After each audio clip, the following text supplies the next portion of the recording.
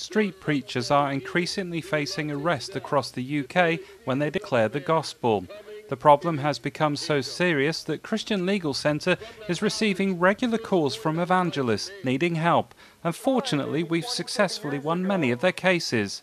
Most recently, former LA County Deputy Sheriff Tony Milano found himself in trouble with police when preaching on a London high street.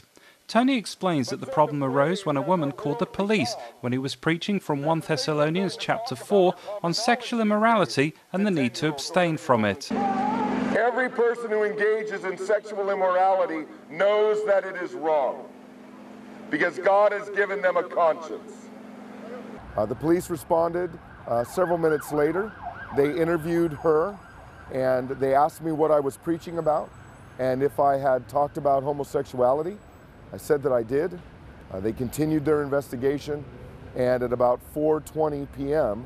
I was arrested for what they told me was homophobic hate speech. Okay, I'm arresting you for Section 5 public order. Okay, this is because people have been offended by what you said. Okay, you do not have to say anything, but it may harm your defence if you do not mention when questioned something which you led to a line before. I was then placed in a cell. It was at that time my friends contacted Christian Concern, and I was very, very blessed to have Michael Phillips serve as my solicitor. Michael walked outside with the investigator. Michael came back in a short time later and said, "They're going to file charges. You will likely be here for about 24 hours. You'll then go before a magistrate to enter a plea, and the magistrate could order you to stay in the country until the trial is completed, which could be 3 or 4 months away." About an hour or so later, the investigator came into my cell, and I was expecting him to say that the Crown prosecutors had decided to go forward with the case. But what he said amazed me, and I knew it was the hand of God. He said that the inspector has decided to release you with no further action.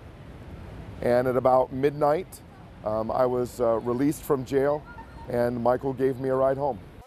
Tony says the help of Christian Concern and the Christian Legal Centre is vital in helping many others like him stand up for truth.